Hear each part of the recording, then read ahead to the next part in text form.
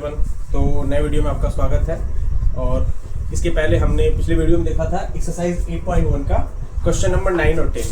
हमने क्वेश्चन 8 को छोड़ा था क्योंकि मैंने सोचा कि आप लोगों को मैं क्वेश्चन दूं, बट मुझे लगा कि क्वेश्चन भी बता देना चाहिए। इसके बाद जब मैं अगला एक्सरसाइज करूंगा उसमें मैं आपको न्यू क्वेश्चन दूंगा, ठीक है। तो हम बिना कुछ इस वीडियो को लॉन्ग किए हुए आगे बढ़ते हैं और इसको सॉल्व करते हैं। देखिए क्वेश्चन नंबर 8 क्या कह रहा है। कह रहा है कि if 3 cot a equal to 4, check whether 1 minus tan square a upon 1 plus tan square a equal to cos square a minus sin square a or not। सबसे पहले दिया क्या है क्वेश्चन में, ये देखते हैं। क्वेश्चन में क्या दिया है?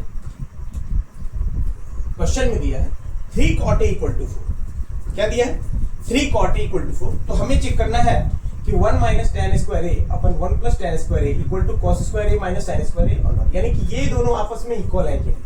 तो सबसे पहले देखिए cot a का यानी कि 3 cot equal to 4 दिया, तो हमें सबसे पहले तीनों रेशियोज निकालना होगा, यानी कि किसी राइट एंगल ट्रायंगल के तीनों साइड को ही पहले निकालना होगा, ठीक है। परपेंडिकुलर, बेस और हाइपोटेनियस को फाइंड करना होगा। क्वेश्चन के अकॉर्डिंग देखते हैं क्या कहता है। क्वेश्चन में दिया क्या है, पहले इसको लिख लेंगे।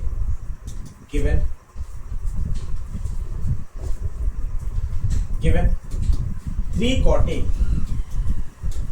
equal to 4। तो cot a इक्वल टू कितना हो जाएगा? ये 4 पहले से ही था, ये 3 आके डिवाइड हो जाएगा। cot a का याद रखिए, cot a का रेशियो क्या होता है? tan का रिवर्स, यानी कि p by b का रिवर्स, यानी b by p means b equal to 4 and p equal to 3। so h equal to what? hypotenuse equal to what? hypotenuse क्या होगा? हाइपोटेनियस क्या होगा?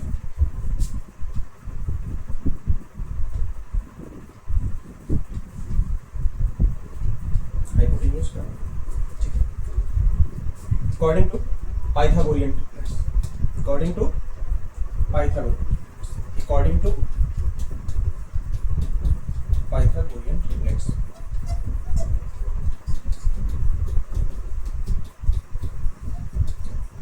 पाइथागोरियन ट्रिपलेट का यूज करेंगे। क्या होता है? हाइपोटेनियस का square equal to hypotenuse equal to क्या होता है? हाइपोटेनियस इक्वल टू क्या होता है? अंडर रूट परपेंडिकुलर का स्क्वायर प्लस बेस का स्क्वायर। परपेंडिकुलर कितना दिया है? परपेंडिकुलर दिया है कितना? परपेंडिकुलर दिया है 3। परपेंडिकुलर कितना दिया है? 3 का स्क्वायर प्लस बेस कितना दिया है? 4 का स्क्वायर मींस 3 का स्क्वायर हो जाएगा 9 प्लस 4 का स्क्वायर 16। कितना हो जाएगा? कितना हो जाएगा? अंडर रूट कितना हो जाएगा? अंडर रूट 16 प्लस 9 25 मींस ये आपका h निकल गया कितना? अंडर रूट 25 का स्क्वायर रूट कितना होता है? 5। ये निकल गया 5 सेंटीमीटर या 5 यूनिट भी कह सकते हैं।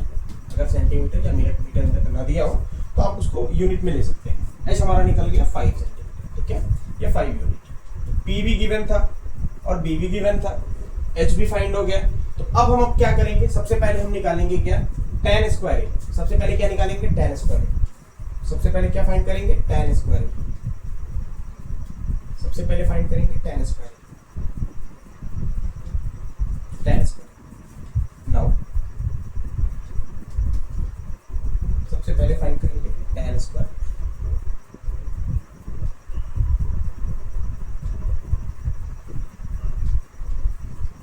इसलिए tan स्क्वायर क्या हो जाएगा? tan का वैल्यू क्या होता है? p by p।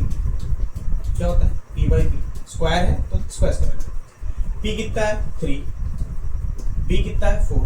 3/4 का स्क्वायर मींस कितना हो जाएगा? 9। 4 का स्क्वायर 16। ये कितना हो जाएगा? 16। ये हो गया tan स्क्वायर का। कितना हो गया? tan स्क्वायर इक्वल टू कितना हो गया? tan square equal 9/16। 9/16 अगेन अब किसका वैल्यू निकालेंगे? tan स्क्वायर हो गया, cos स्क्वायर ही निकालेंगे। Again cos square equal to क्या होता है? cos a का रेशियो क्या होता है? b by h। क्या होता है? b by h। b by h का स्क्वायर। b कितना है? 4। हाइपोटेनियस कितना फाइंड है? 5। तो इसका स्क्वायर कर दीजिए, ठीक है। कितना हो जाएगा? स्क्वायर करने पे कितना आएगा? स्क्वायर करें 4 का स्क्वायर हो जाएगा 16। 4 का स्क्वायर कितना हो जाएगा 16 अपन 5 का स्क्वायर 25 कितना हो जाएगा 25। ये निकल गया आपका cos स्क्वायर। cos स्क्वायर कितना हो गया 16 अपन 25। नाउ अगेन मतलब कि फिर से साइन स्क्वायर किसका हमें निकालना है साइन स्क्वायर का वैल्यू निकालना है। किसका निकालना है साइन स्क्वायर का वैल्यू। साइन का रेशियो क्या होता है p बाई एच। क्या होता है p बाई एच। p कितना गिवन है 3, हाइपोटेन्यूज कितना गिवन है 5, 3 अपन 5 का स्क्वायर कितना हो जाएगा 3 का स्क्वायर 9, 5 का स्क्वायर 25, 9 अपन 25। ये आपका साइन स्क्वायर ही निकल साइन स्क्वायर निकल गया 9 अपन 25। अब हम क्या करेंगे अब हम क्या करेंगे ये जो साइन का वैल्यू है, ये जो tan स्क्वायर ए का वैल्यू है और ये जो cos स्क्वायर ए का वैल्यू है, ठीक है किसका cos स्क्वायर ए का जो वैल्यू है, तो तीनों का वैल्यू हम अपने क्वेश्चन पुट करेंगे और देखेंगे क्वेश्चन क्या कहता है। ठीक है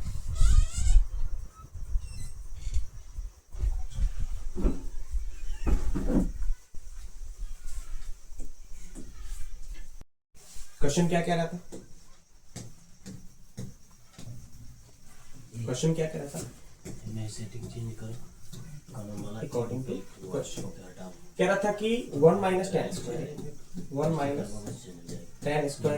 अपन 1 plus tan square a equal to cos square a minus sin square ए।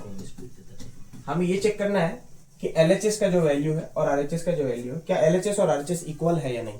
हम क्या करेंगे बारी बारी से tan स्क्वायर ए cos स्क्वायर ए और sin स्क्वायर ए दोनों तरफ वैल्यू पुट करेंगे। अगर दोनों का वैल्यू इक्वल आया तो इसका मतलब इक्वल है, इक्वल नहीं आया तो इक्वल हमें क्या करना है वही पूछना है कि इक्वल है या नहीं है। ठीक है ये नहीं दिया कि आपको इक्वल प्रूफ करना है, इसमें आपको प्रूफ करना है कि इक्वल है या नहीं है। ठीक है तो हम वैल्यू पुट करेंगे, देखते हैं इक्वल आता है कि नहीं।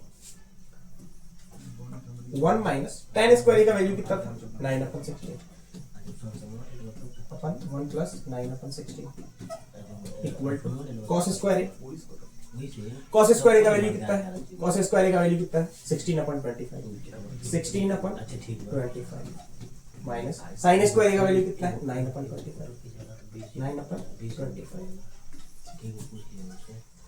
अपन 25 1 माइनस यहाँ पे क्या करेंगे हम अगले स्टेप में क्या करेंगे एलसीएम लेंगे 16 और 1 का एलसीएम 16।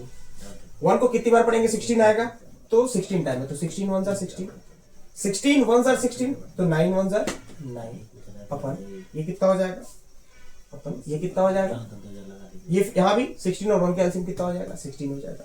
1 को कितनी बार पढ़ेंगे तो 16 होगा तो 16 टाइम तो 16 1 जार 16 प्लस 16 1 जार 16 तो 9 1 जार 9 इक्वल टू यहाँ पे क्या करेंगे 25 का एलसीएम ले लेंगे। कितना करेंगे 25 का एलसीएम ले लेंगे।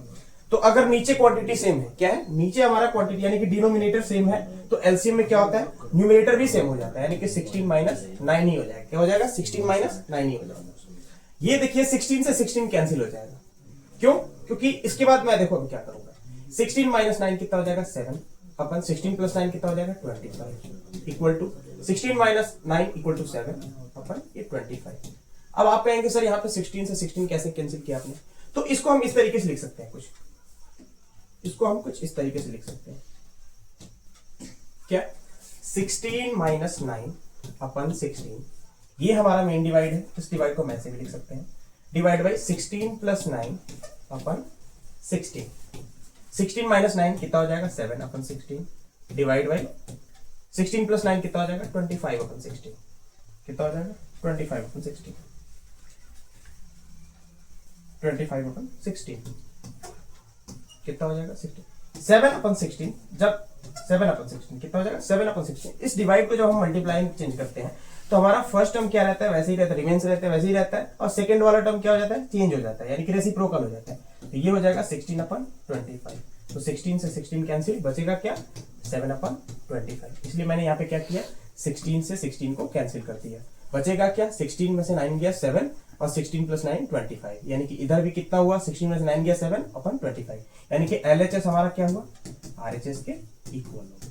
यही पूछना था कि इक्वल है या नहीं। Yes this is equal. क्या है ये इक्वल है यानी कि 1 minus tan square upon 1 plus tan square equal to cos square a minus sine square a क्या है, इक्वल है। एलएचएस और आरएचएस आपस में क्या है, इक्वल है, ठीक है। हेंस लिखेंगे, हेंस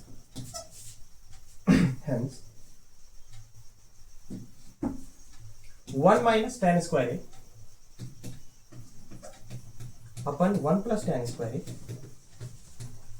किसके इक्वल है, cos square a minus sine square. ये हमारा क्वेश्चन नंबर 8 यहीं पे खत्म होता है, ठीक है। इसके बाद हम अपने नेक्स्ट क्वेश्चन पे पहुंचेंगे। उससे पहले मैं बता रहा हूं कि ये क्वेश्चन 8 था, मैंने कल क्वेश्चन 9 और क्वेश्चन 10 भी कराया था। ठीक, इसके बाद आएगा ट्रू और फॉल्स, ठीक है। तो ट्रू और फॉल्स के लिए कुछ स्पेशल फॉर्मूला होता है, उसको मैं कल समझाऊंगा और उस ट्रू फॉल्स मैं कल कराऊंगा। फिलहाल इसमें अगर आपको कोई प्रॉब्लम हो तो आप मुझे कमेंट में बता सकते हैं, ठीक है। बाकी मुझे नहीं लग रहा है कि इसमें कोई प्रॉब्लम, क्योंकि मैंने बेसिक चीजों को लेकर के चला है, ठीक है। तो आगे हम इस चीज को देखेंगे। यहाँ पे हमारा ये एक्सरसाइज खत्म होता है, बट एक क्वेश्चन बच जा रहा है ट्रू और फॉल्स, उसको मैं कल करा दूंगा, ठीक है।